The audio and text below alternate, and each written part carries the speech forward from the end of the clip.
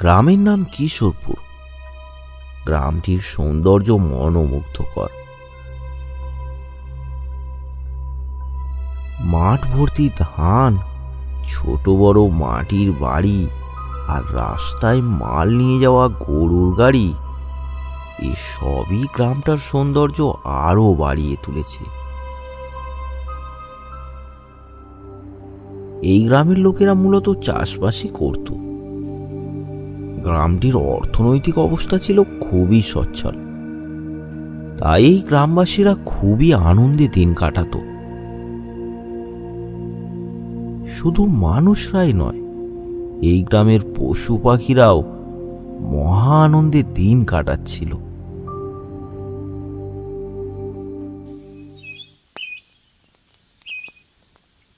হরি এই গ্রামেরই একজন ছেলে। ছেলেটি ছিল খুবই সরল মনের মানুষ। পৌষ মাসের এই কনকনে ঠান্ডায় হরি সকালে ঘুম থেকে উঠে রাস্তায় বেরিয়ে কয়েকটা কাঠ জ্বালিয়ে আগুন পোয়াচ্ছিল। আর শীতের সময় কেউ সকালে আগুন জ্বালালে তার সাথে যোগ দেওয়ার লোকের অভাব হয় না। কিছুক্ষণের মধ্যেই মোহন এসে তার সাথে যোগ দিল। আরে ওরে জ্বালা জ্বালা, যা ঠান্ডা পড়েছে, হাতটা একটু সেঁকে নি। হাত পা যেন অসার হয়ে যাচ্ছে, জ্বালা। হ্যাঁ হ্যাঁ গো, যা শীত পড়েছে। সকালে উঠে আমি ভাবলাম একটু আগুন জ্বালিয়ে হাত সেঁকে নি, শরীরটা গরম করে কাজে বেরোবো। হ্যাঁ, ভালো করেছিস, তোর জন্য আমাদেরও একটু হাত পা সেঁকা হয়ে গেল। কিছুক্ষণের মধ্যে আরো কয়েকজন এসে যোগ দিল, আর তাদের সাথেই যোগ দিল ফুটফুটে 3টি সদ্যজাত কুকুর ছানা। তারা গুটি গুটি পায়ে আগুনের সামনে এসে পৌঁছল।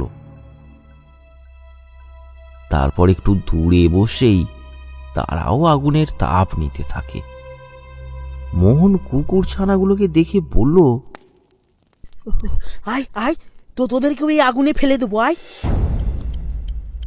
কুকুরগুলো মোহনের ভাষা হয়তো বুঝতে পারেনি, কিন্তু সে যে ধমক দিয়েছে সেটা ঠিকই বুঝতে পেরেছে। তাই কুকুরগুলো চুপ করে দাঁড়িয়ে তাদের মুখের দিকে দেখতে থাকে। 2 দিন আগেই ওদের মা মারা গেছে। হরির একটু কুকুর ছানাগুলোকে দেখে মায়া হলো। সে মোহনকে বলল, থাক না মোহন, ওরা আছে তো কি এমন ক্ষতি হচ্ছে?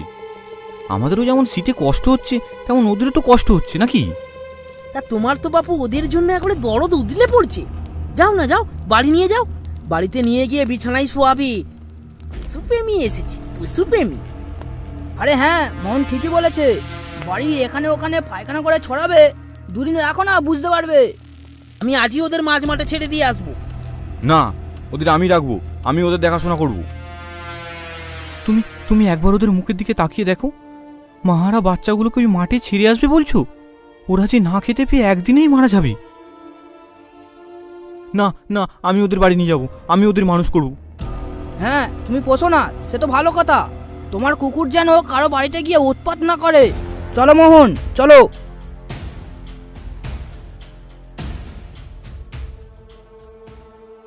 দেখবি হরি নিজেই ওদের মাঠে ছেড়ে দিয়ে আসবি, যখন এখানে ওখানে পায়খানা করে বেড়াবি। আরে হ্যাঁ, বড় বড় ভাষণ, পশুপ্রেমী সব, যত সব।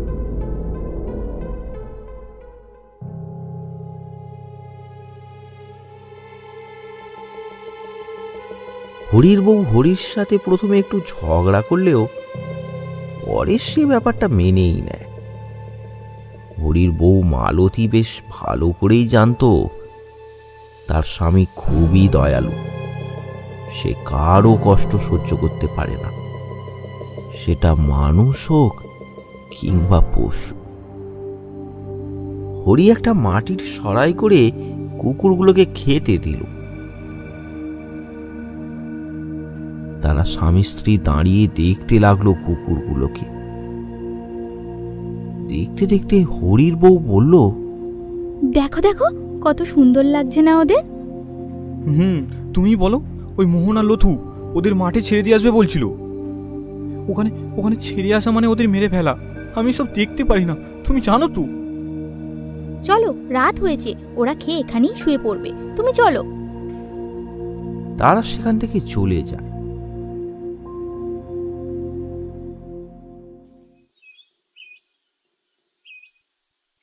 পরদিন সকালে হরি ঘুম থেকে উঠেই কুকুরগুলোকে দেখতে আসে। বাইরে বেরিয়ে সে দেখে সেখানে একটা কুকুর ছানা, বাকি দুটোকে তো দেখা যাচ্ছে না। অস্থির হয়ে ওঠে হরি। সে এদিক ওদিক খুঁজতে থাকে।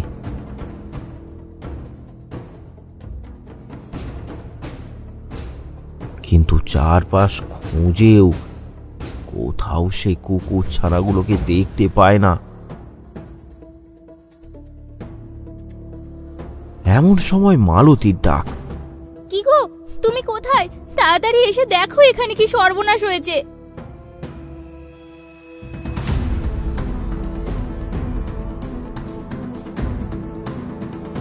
হরি তাড়াতাড়ি করে রান্নাঘরে গিয়ে দেখলো কুকুর দুটো উনানের মধ্যে পড়ে আছে, একেবারে ঝলসানো অবস্থায়। তোমায় বারবার করে বললেও তুমি কোনো কথাই শোনো না। রাস্তার কুকুর তারা খেতে পাক বা নাই খেতে পাক, রাস্তাতেই থাকতো, এমন অবস্থা তো হতো না তাদের। হরি একেবারে নির্বিকার। সে দাঁড়িয়ে দাঁড়িয়ে নিজেকেই দোষ দিতে লাগলো। সে মনে মনে ঠিক করলো বাকি যে কুকুরটা আছে সে তার সব কিছু দিয়ে তার খেয়াল রাখবে, অন্তত সে যেন হরির ভুলে আর তার কাছ থেকে চলে না যায়। কুকুরটার কাছে গিয়ে চোখের জলে ভাসতে ভাসতে তাকে আদর করতে থাকে।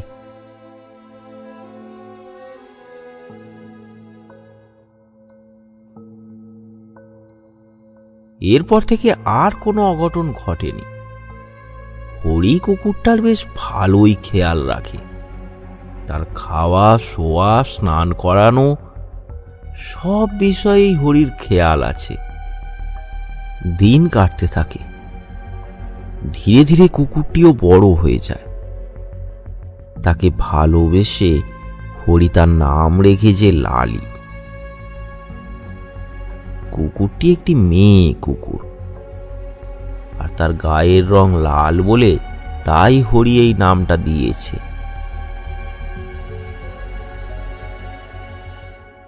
কুকুরটা দিনের বেলায় হরির বাড়িতে থাকলেও রাতে কিন্তু গোটা পাড়াটাই ঘুরে বেড়ায়। লালির একটা বদ অভ্যাস ছিল, সে লোকেদের বাড়ির উঠানে গিয়ে পা দিয়ে মাটি আঁচড়ে মাটি জড়ো করে তার ওপর সে শুয়ে থাকে। এই রকমই একদিন রাতে লথুর বাড়িতে গিয়ে উঠানে মাটি আঁচড়ে মাটি জড়ো করে লালি।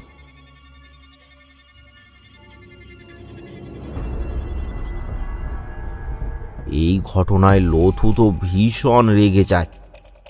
সে গ্রামের ধরেন খুঁড়োকে ব্যাপারটা জানায়। ধরেন খুঁড়ো ছিল এই গ্রামেরই একজন বয়োজ্যেষ্ঠ লোক। গ্রামের লোকেরা সমস্যা নিয়ে তার কাছেই আসতো। তারা সবাই ধরেন খুঁড়োকে খুবই সম্মান করত। তা তুমি হরিকে জানাওনি ব্যাপারটা? ওকে বললে ও কি কারো কথা শোনে? এই তো আমি আর মোহন মানা করেছিলাম যে কুকুরগুলোকে ঘরে রাখিস না। ও কি শুনেছে? তাই আপনাকেই জানাতে আসলাম। ঠিক আছে ঠিক আছে, তুমি বাড়ি যাও, আমি হরির সাথে দেখা করে ওকে সাবধান করে দেবো। লথু চলে গেল। ধরেন খুঁড়ো বেরিয়ে পড়ল হরিদের বাড়ির উদ্দেশ্যে।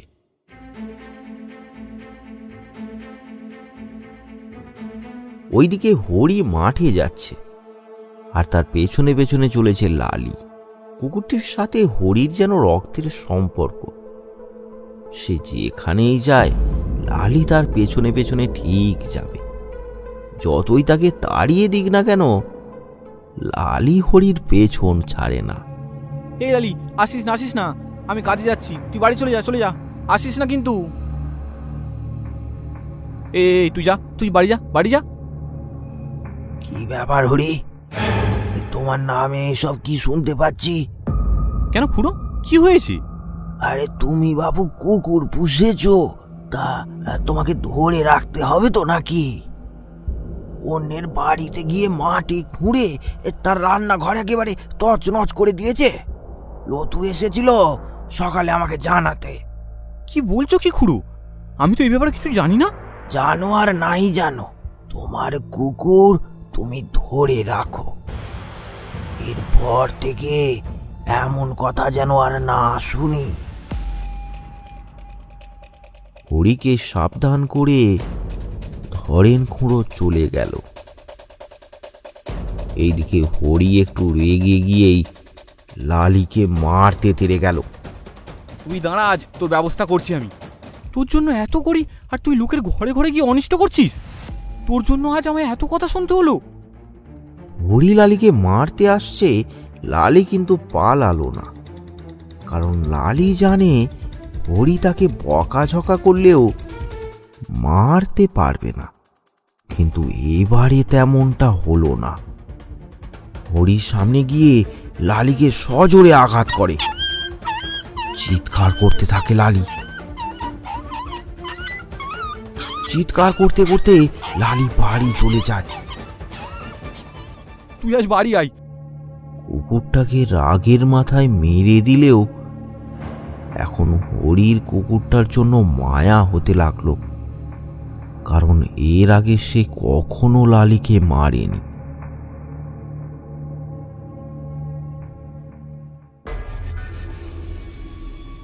লথু কিন্তু ব্যাপারটা ধরেন খুঁড়োকে জানিয়েই ক্ষান্ত হলো না। সে সবাইকে বলতে লাগলো এই ঘটনাটা। কুকুরটা খুব উৎপাত করছে, ওর উৎপাত বন্ধ করতে হবে। সেদিন আমারও এক পাটি জুতো নিয়ে পালিয়ে গিয়েছিল। বলো কি? চলো তো, আজ রাতে ওকে পিটিয়ে মারবো। না, পিটিয়ে মারলে হবে না। এমন একটা কাজ করতে হবে যাতে সাপও মরবে কিন্তু লাঠি ভাঙবে না। কি কাজ করা যায় বলো তো? আজ রাতে তুমি বাড়ির বাইরে খাবারের সাথে বিষ মিশিয়ে রেখে দেবে। তারপর দেখবে ও চিরতরে ঘুমিয়ে পড়বে। বিষের গন্ধে ও কি খাবার খাবে? গন্ধ পেলেই তো পালিয়ে যাবে, ও আর খাবে না। আরে খাবে না মানে ঠিকই খাবে। এমন কত কুকুর আমার হাতে খাবার খেয়ে চুপচাপ ঘুমিয়ে পড়েছে। ঠিক আছে, আজ আয় তুই, তারপর দেখছি।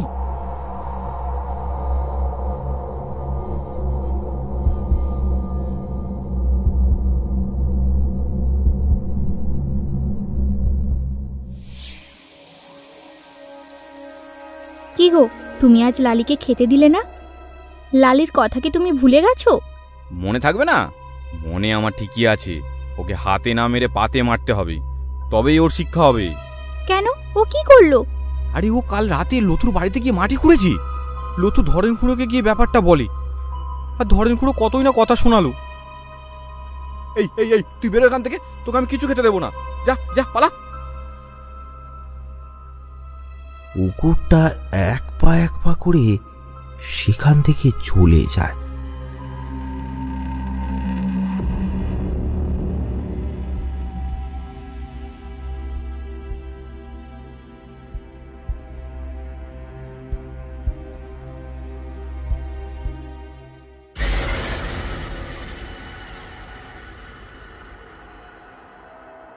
এদিকে লথু খাবারের সাথে বিষ মিশিয়ে বাইরে রেখে দেয়।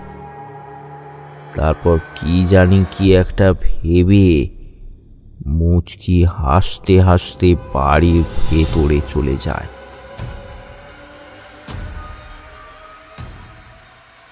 লালি এদিকে খিদের জ্বালায় ছটপট করতে থাকে। গ্রামের এদিক ওদিক ঘুরে লালি খাবারের সন্ধান করতে থাকে। কিছুক্ষণের মধ্যেই সে গিয়ে পৌঁছায় লথুর বাড়িতে। লথুর বাড়ির সামনে খাবার দেখে লালি কিছু না ভেবেই খাবারটা খেতে শুরু করে। তারপর খাবারটা শেষ করে সে সেখান থেকে যেতে থাকে বটতলার দিকে।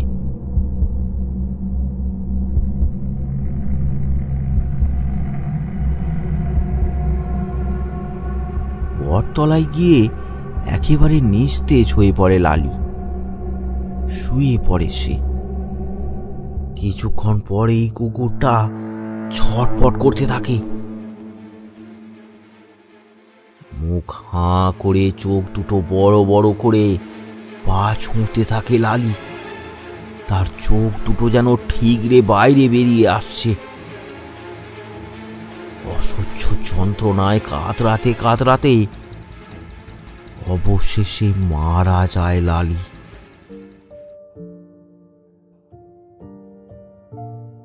মানুষ যে কতটা ভয়ঙ্কর হতে পারে তাই পশুরা কোনোদিনই বুঝবে না। তারা মানুষকে আপন মনে করলেও মানুষ কিন্তু কোনোদিনও তা ভাবে না। যখন তখন বিষে মারে তাদের।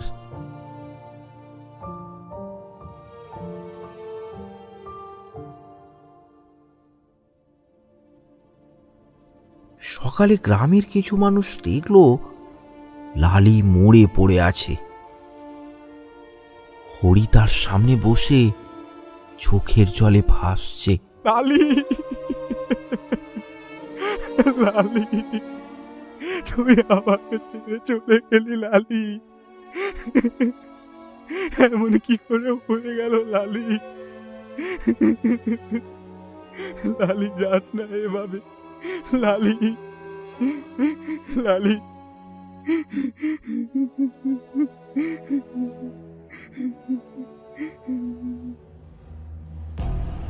কাজটা যে কে করেছে তা হরি না দেখতে পেলেও বেশ ভালোই বুঝতে পারল। এদিকে মোহন আর লথুও এসেছে লালিকে দেখতে। তারা ভালো করেই জানে তারা যদি এই সময় না আসে তাহলে গ্রামের লোকেরা তাকেই সন্দেহ করবে। এরপর কিছুজন মিলে লালিকে ভাগাড়ে ফেলে দিয়ে আসলো। কাঁদতে কাঁদতে হরি বাড়ি ফিরে গেল।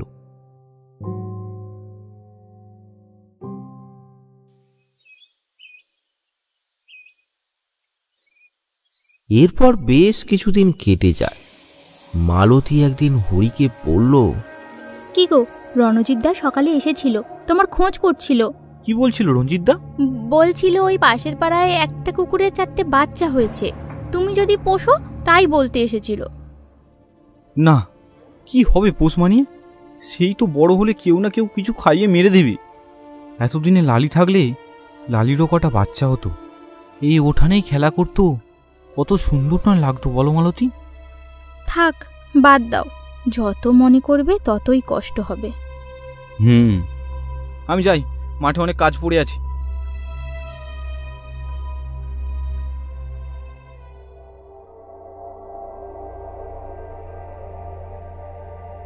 গ্রামের লোকেরা দিনের বেলায় কাজ করে আর বিকালে সবাই একটু বটতলায় বসে আড্ডা দেয়।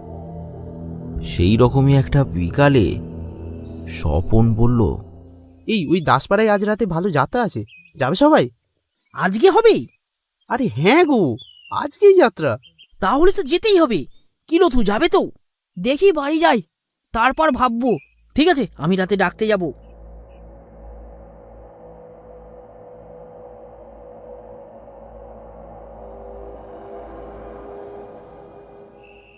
রাতে মোহন লথুকে যাত্রা শুনতে যাওয়ার জন্য ডাকে। আরে লথু, লথু, আরে যাবে তো? কি গো? আরে মোহন, আজ একদম আমার শরীরটা ভালো লাগছে না গো, তুমি যাও, বুঝলে? মোহন একাই যেতে থাকলো।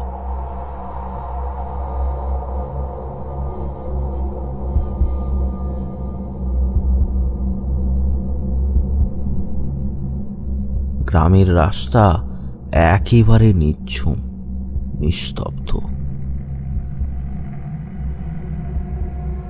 কিছুটা যাওয়ার পর মোহন দেখল দূরে একটা কুকুর দাঁড়িয়ে, তার সাথে তার কটা বাচ্চাও আছে। মোহন হেঁটে সামনে যেতে লাগলো,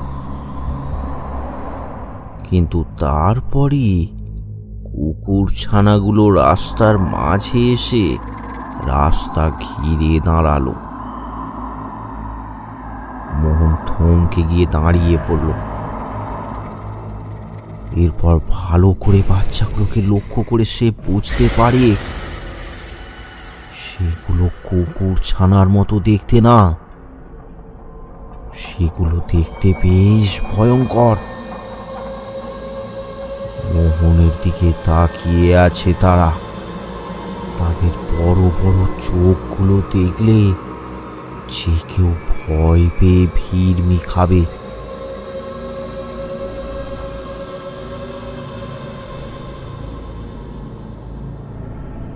মোহন কি করবে কিছুই ভেবে পেল না। হঠাৎ কুকুর ছানাগুলো দৌড়ে এলো সামনে, তারপর মোহনের পায়ের ফাঁক দিয়ে গলে কোথায় যেন হারিয়ে গেল। তার সাথে সাথে মোহন ধপ করে মাটিতে পড়ে গেল। তার দেহ যেন একেবারে নিস্তেজ হয়ে গেছে। কেউ যেন তার প্রাণ শক্তি হরণ করে নিয়েছে। মোহনের আর যাত্রা শুনতে যাওয়া হলো না। সে কোনো ক্রমে আস্তে আস্তে বাড়ি ফিরে আসে।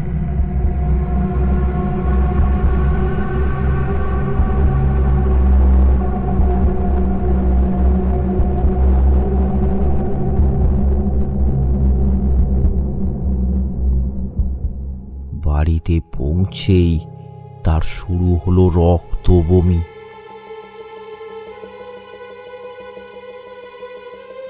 তার শরীর ভয়ঙ্কর রকম খারাপ হতে থাকে, কিন্তু আশপাশের কেউই আর ব্যাপারটা জানলো না।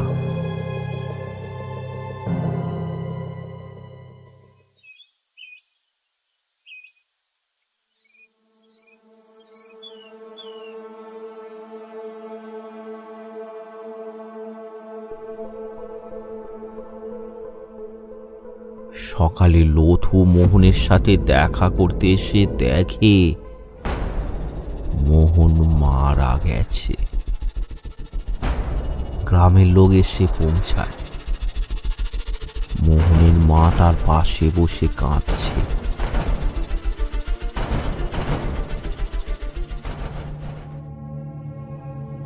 গ্রামের লোকেরা আসে।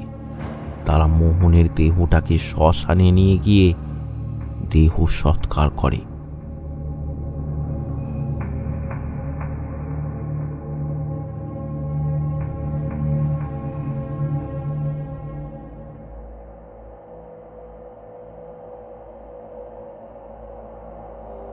পরদিন লথু মাঠে কাজ করতে করতে সন্ধে হয়ে যায়। মাঠে তখন আর কেউই নেই। লথু একাই কাজ শেষ করে মাঠের রাস্তা দিয়ে বাড়ি ফিরছিল। মোহনের মারা যাওয়ার পর লথু একটু বেশ ভয় পেয়েই আছে। কি জানি কিভাবে মারা গেছে সে। তারপর সন্ধ্যের সময় শেয়ালের ডাক তার বুকের ধড়পড়ানি দ্বিগুণ করে দিচ্ছে। মাঝে মাঝে দূর থেকে শোনা যাচ্ছে কাল পেঁচার ডাক। সব মিলিয়ে প্রতিদিনের চেনা রাস্তাটা আজ তার কাছে ভয়াবহ। তাও বাড়ি তো তাকে যেতেই হবে। আস্তে আস্তে বাড়ি ফিরতে থাকে সে।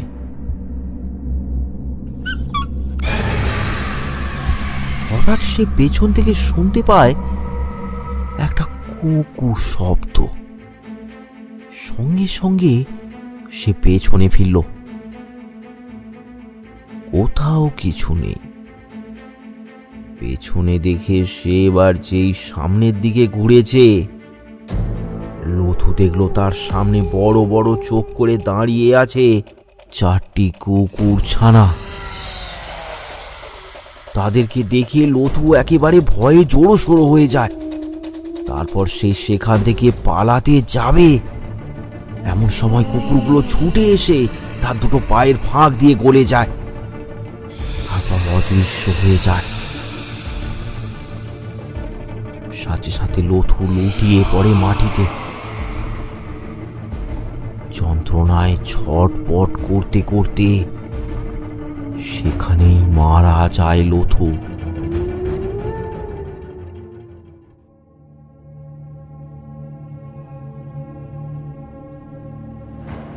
পরদিন সকালে গ্রামের কেউ একজন তাকে দেখে গোটা গ্রামে খবর দেয়। গ্রামের লোক এবার বেশ চিন্তায় পড়ে যায়। কি করে মারা যাচ্ছে এরা? কেনই বা মারা যাচ্ছে? কে মারছে এদের?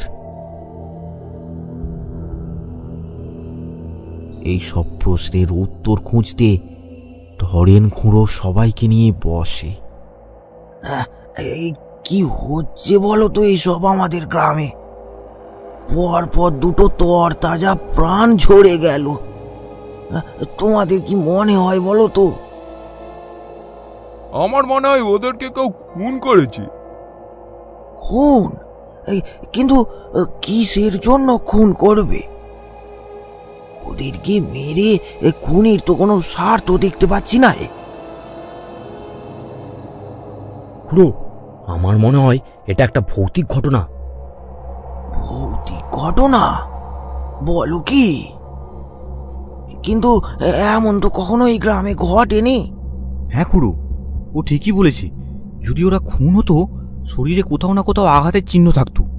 এটা এটা নিশ্চয়ই ভৌতিক ঘটনা। তা যদি এটা ভৌতিক ঘটনাও হয়, তো তার থেকে কি করে গ্রামটাকে বাঁচানো যায় তাই নিয়ে ভাবো সবাই। পুরো যদি ভুতুড়ে ঘটনা হয় তাহলে আপনাদেরকে এর জন্য চিন্তা করতে হবে না, আমি আছি। স্যার যেই ভূতই হোক না কেন, এই পঞ্চার হাতে তাকে বন্দি হতেই হবে। আমার বাবা ছিল মস্ত বড় তান্ত্রিক। আমার বাবার বাবা মানে আমার দাদু ছিল মস্ত বড় তান্ত্রিক। আর তার কিছু বই পড়েই আমি এই তন্ত্রবিদ্যা অর্জন করেছি। আমি আজ রাতে গিয়েই ওকে বন্দি করব। সত্যি বলছো পঞ্চা? তুমি এই গ্রামকে ওই ভূতের হাত থেকে মুক্ত করতে পারবে? হ্যাঁ পারবো। আমার শরীরে তান্ত্রিকের রক্ত বইছে, পারবো না মানে?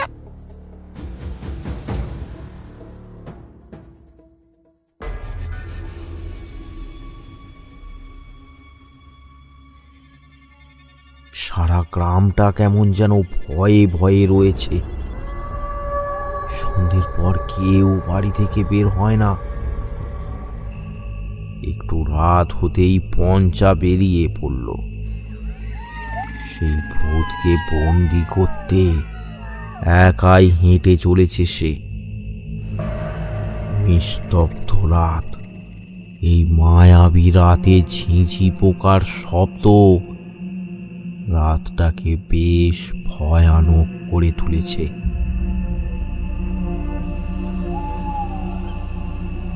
হাঁটতে হাঁটতে পঞ্চা যখনই মাঠের রাস্তায় পৌঁছালো, হঠাৎ সব চুপ।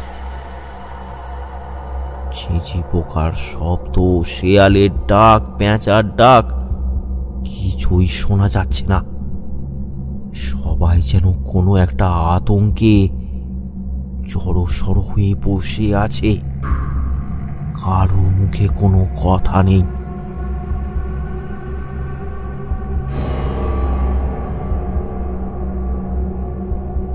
ঝড়ের আগে যেমন পরিবেশটা ঘুম মেরে থাকে, ঠিক তেমনই এ কোন ভয়ানক ঝড়ের ইঙ্গিত। পঞ্চা থমকে দাঁড়িয়ে পড়ে। সামনে যাওয়ার সাহস পেল না পঞ্চা, কারণ তার সামনে সে দেখতে পাচ্ছে একটা কুকুর আর তার 3টি ভয়ানক বাচ্চা তার দিকে বড় বড় চোখ করে তাকিয়ে আছে। পঞ্চা বেশ ভালোই বুঝতে পেরেছে যে এরা কারা। হঠাৎ পঞ্চা দেখে বাচ্চা কুকুরগুলো তীরের গতিতে তার দিকে ছুটে আসছে। পঞ্চা খুব তাড়াতাড়ি হাঁটু মুড়ে বসে পড়ে মাটিতে। কুকুরগুলোকে ছুটে আসতে দেখে ভয়ে কাঁপতে থাকে পঞ্চা। সে বেশ বুঝতে পারে তাদের বন্দি করার মতো ক্ষমতা পঞ্চার নেই। কুকুর ছানাগুলো পঞ্চাকে ঘিরে চিৎকার করতে থাকে। সেটা মোটেও কুকুরের চিৎকার নয়, সে যেন এক পৈশাচিক কণ্ঠস্বর। পঞ্চা কিন্তু ওঠার চেষ্টা করলো না, কারণ সে জানে বাচ্চা কুকুরগুলো যদি তার পায়ের নিচে দিয়ে একবার যেতে পারে তাহলে তার মৃত্যু নিশ্চিত। কুকুরগুলোর ভয়ানক চিৎকার আর সহ্য করতে পারে না পঞ্চা। জ্ঞান হারিয়ে সেখানে লুটিয়ে পড়ে সে।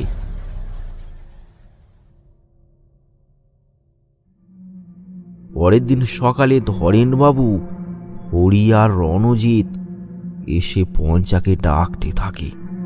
পঞ্চা, এই পঞ্চা, ওটো ওটো, তুমি ঠিক আছো তো? খুড়ো খুড়ো, আমি কাল রাতে মরতে মরতে কোনো রকম বেঁচেছি। আমার দ্বারা এ কাজ হবে না। তুমি কি দেখেছো সেই ভূতকে? হ্যাঁ, আমি তাকে দেখেছি। ওটা একটা পশু পেট ছিল। পশুপেত মানে? সেটা আবার কি ভূত? কোনো পশু যদি গর্ভ অবস্থায় মারা যায় তাহলে তার পেট কেটে তার বাচ্চা বাইরে বের করে দিতে হয়। তা না হলে ওই পশু ও তার বাচ্চা পশু পেতে পরিণত হয়। এরা খুবই ভয়ঙ্কর হয়। একবার যদি কারো দুপায়ের মাঝখান থেকে গলে চলে যায় তাহলে আর রক্ষে নেই। তাকে বাঁচানোর কারো সাধ্য নেই। বলো কি পঞ্চা, এ তো ভারী বিপদে পড়ে গেলাম। আচ্ছা, তুমি দেখেছো ওটা কি পশু ছিল? হ্যাঁ, দেখেছি। ওটা হরির পোষা কুকুর, লালির পেট, আর তার বাচ্চারাও ছিল। লালি? কি বলছো কি তুমি পঞ্চা? লালির পেটে বাচ্চা ছিল? হরি, দেখো দেখো, এই তোমার জন্য আজ গোটা গ্রামটা কি বিপদের মুখে পড়েছে। কুকুরটাকে ভাগাড়ে ফেললে আর তুমি জানো না যে ওর পেটে বাচ্চা ছিল। খুড়ো, আমি সত্যি জানতাম না লালির পেটে বাচ্চা আছে। এসব যদি আমি জানতাম, গ্রামটা কি আমি বিপদের মুখে ফেলতাম? বিপদে তো ফেলেছো বাবা, বিপদে তো ফেলেছো। তোমার জন্য দুটো তরতাজা প্রাণ চলে গেছে। এখন গোটা গ্রামের যে কি হবে কে জানে। আচ্ছা পঞ্চা, এর হাত থেকে কি বাঁচার কোনো উপায় নেই? উপায় একটা আছে। দক্ষিণে এক সাধু বাবা আছে। আমার মনে হয় তিনিই পারবে এই বিপদের হাত থেকে আমাদের বাঁচাতে। পঞ্চা, তুমি রনকে নিয়ে তাড়াতাড়ি এখুনি ওই সাধু বাবাকে নিয়ে এসো, একদম দেরি করো না। পঞ্চা আর রণজিৎ চলে গেল সাধু বাবাকে আনতে।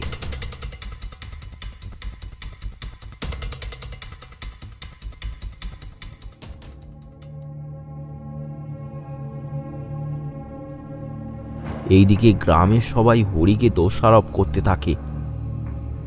হরিও নিজেকে দোষ দিতে থাকে।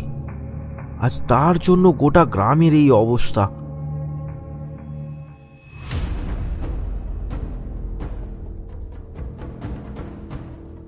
সন্ধ্যার সময় পঞ্চা আর রণজিৎ সাধু বাবাকে নিয়ে চলে আসে।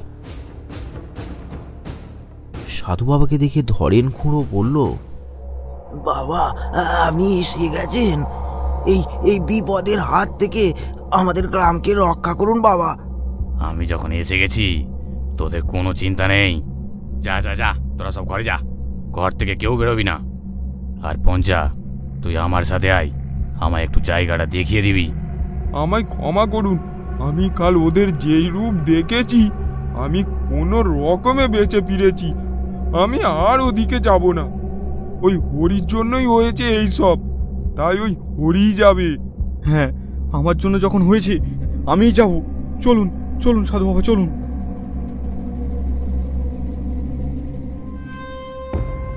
সবাই তাড়াতাড়ি করে যে যার ঘরে গিয়ে কপাট বন্ধ করে দেয়।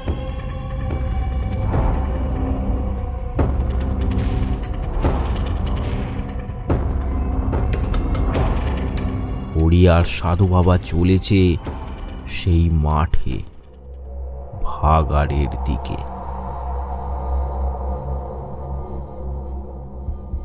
ভাগাড়ের কাছে গিয়ে সাধু বাবা মন্ত্র পড়তে লাগলো। বাচ্চা কুকুরগুলো সামনে এসে চোখ বড় বড় করে তাদের হিংসাত্মক ভাবে দেখতে থাকলো। হরি এইসব দেখে একটু ভয় পেয়ে গেল। যেহেতু তার জন্য এইসব হয়েছে, তাই সে নিজেকে শক্ত করে দাঁড়িয়ে রইল।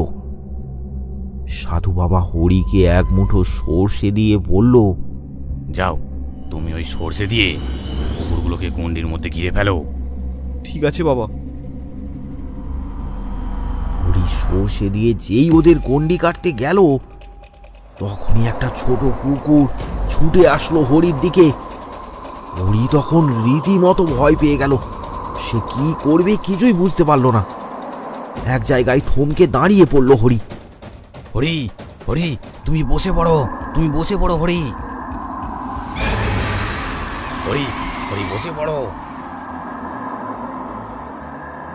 সাধু বাবার কোনো কথাই হরির কানে গেল না।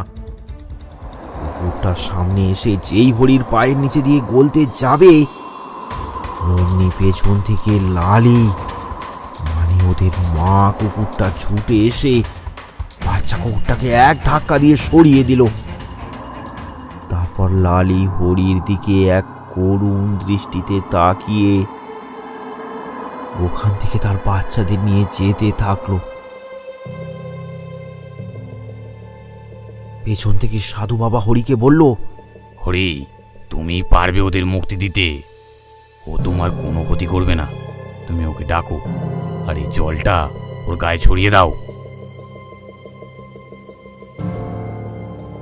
হরি সেই মতো মন্ত্রপুত জলটাকে হাতে নিয়ে লালিকে ডাকলো। লালি, আয় মা, আমার কাছে আয় মা। আয়, আয় মা, আমার কাছে আয় মা। আয়, আয়। লালি বাচ্চা কুকুরগুলোকে নিয়ে হরির সামনে আসলো। হরি কাঁদতে কাঁদতে তাকে বলতে থাকলো, লালি, আয়, আমার কাছে আয় লালি। তোর জন্য গ্রামের লোকের কাছে বহু অপমান শুনতে হয়েছে লালি। আমি নাকি এই গ্রামের বিপদ ডেকে এনেছি লালি। আর কারো ক্ষতি করিস না রে মা। আয়, তোকে আমি মুক্ত করে দিই। আয়। হরি, আর দেরি করো না, জলটা ছুঁড়ে মারো ওদের গায়ে। তাড়াতাড়ি করো হরি।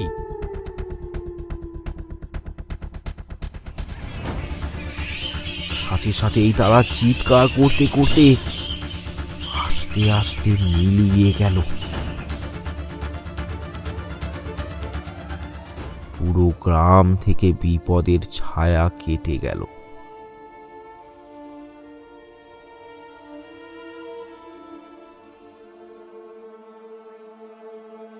সকালে সবাই জড়ো হলো। সাধু বাবা বলল, দেখো ধরেন, এই পৃথিবীতে আমরা যেমন মানুষ রূপে এসেছি, ওরাও তেমন পশু রূপে এসেছে। আমরা মানুষরা যেমন এতটা বুঝতে পারি, কিন্তু ওরা ওটা বুঝতে পারে না কোনটা ঠিক আর কোনটা ভুল। পশুরা এটা জানে না, তাই তারা না জেনে বহু ভুল করে থাকে। তাই বলে আমরা ওদের মারতে পারি না। ওদেরও এই পৃথিবীতে বাঁচার অধিকার আছে। ওই মোহন আর লতু এই কুকুরটাকে বিষ খাইয়ে মেরেছিল। আমাদের সমাজে এমন বহু মোহন আর লতুর মতো লোক আছে, আর এই পাপ কাজ করে চলেছে। সবাই একটা কথা ভালো করে মনে রাখবে, পাপ কিন্তু তার বাপকেও ছাড়ে না।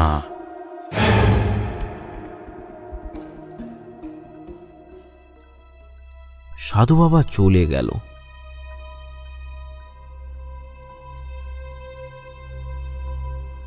হরি হতভম্বের মতো দাঁড়িয়ে কাঁদতে থাকে। ধরেন খুঁড়ো হরিকে গিয়ে বলল, ওরে বাবা, কেঁদো না বাবা। আর তুমি দেখো, আজ থেকে এই গ্রামে কোনো পশুর ওপর আর কেউ কোনো বাজে আচরণ করবে না।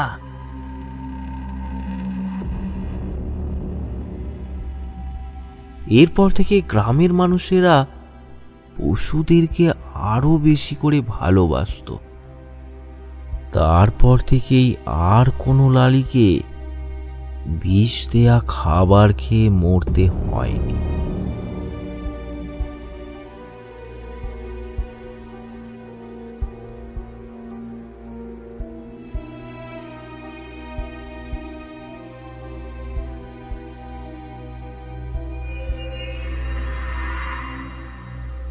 আরো ভয়ানক গল্প পেতে আমাদের চ্যানেলটি সাবস্ক্রাইব করুন, আর কমেন্ট করে জানাতে ভুলবেন না গল্পটি কেমন লাগলো। কমেন্ট করে পাশে থাকুন বাংলা কার্টুন হাব।